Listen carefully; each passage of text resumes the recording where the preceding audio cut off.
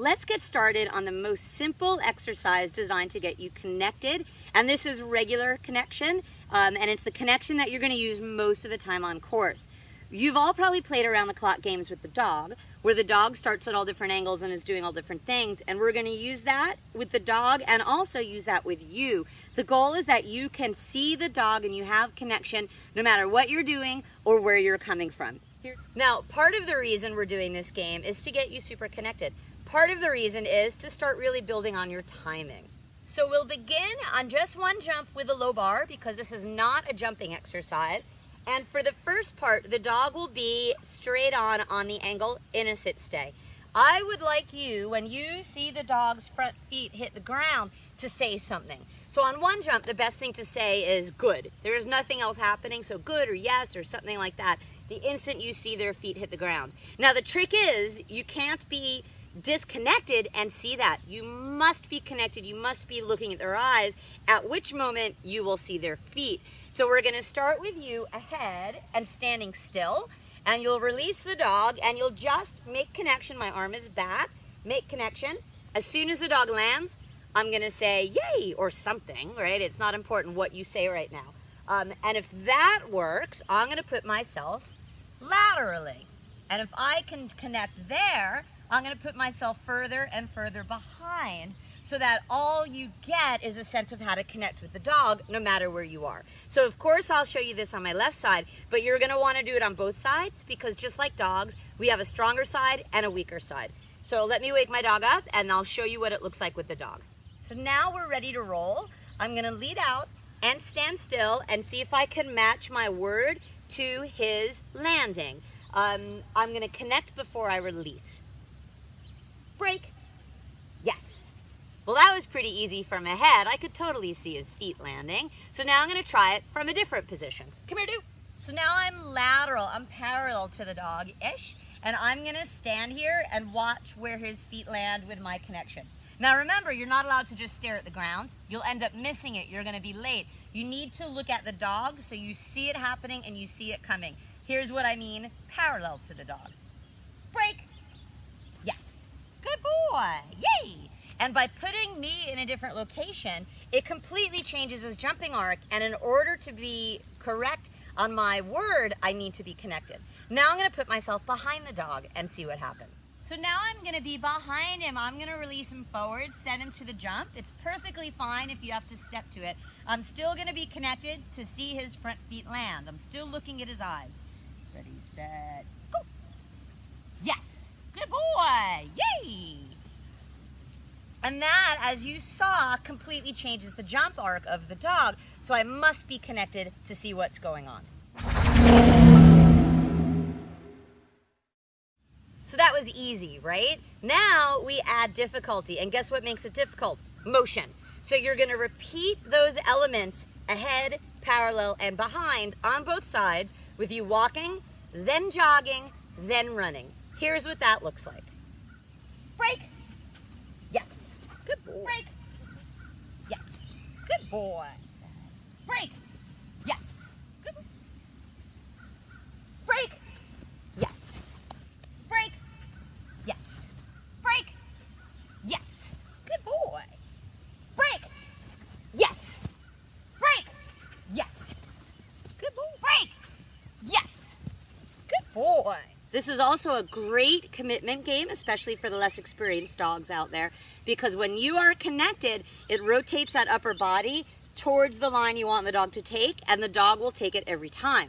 It's pretty easy when you're ahead of the dog, but this commitment becomes even more important when you're parallel, and especially important when you are behind the dog. So if something goes wrong, you've got on video what you're doing. My guess is your chest is turning away because your connection is not as strong as it can be.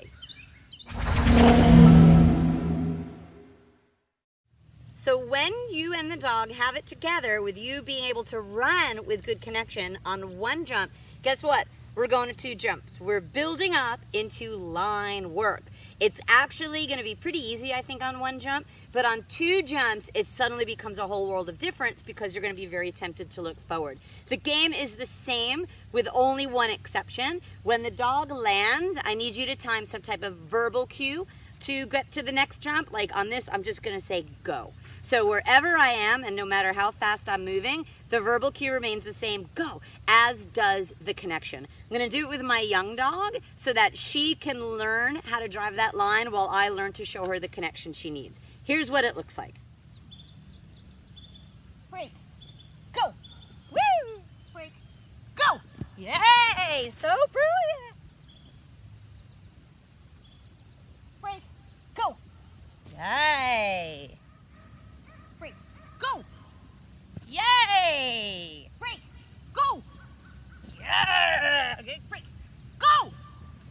Yay. Now, as the dogs get going faster and faster, you're gonna see that your connection follows the dog's eyes, which basically means your connection is moving. So as the dog is behind me, I'm looking back, but as she passes me, I'm looking ahead. But to reiterate, I'm still looking at the dog. I'm not looking ahead at the obstacles. So what you'll see is my eyes and my head moving, but I'm looking at the dog. When the dog is ahead, you're really only looking at the back of their head, but they still see the connection because their peripheral vision comes all the way behind them. Ours does not. Ours ends around here on a good day, but theirs comes back here and they see it.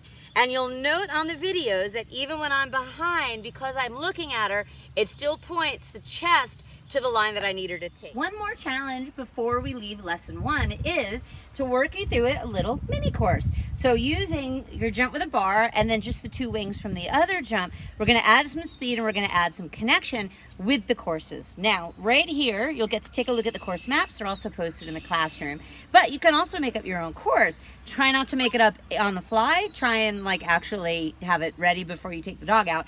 But what we're looking for is, can you handle your way through these courses with connection?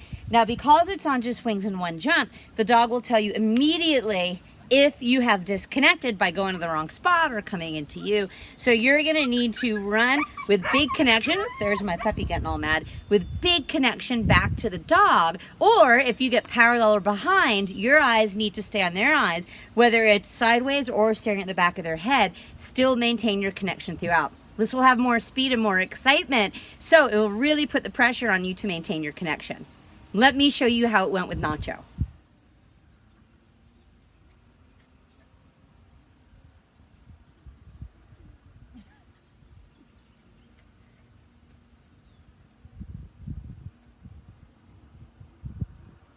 Yay! Did you see his little questions when he turned his head and looked up at me? That's where I might have been maybe trying to peek ahead or not totally confident.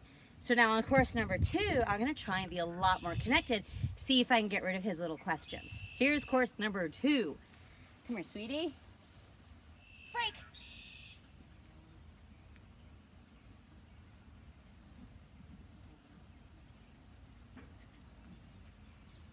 Oh, sorry, buddy.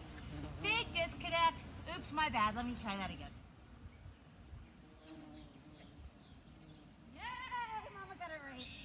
Mama got it right. All right, now it's your turn.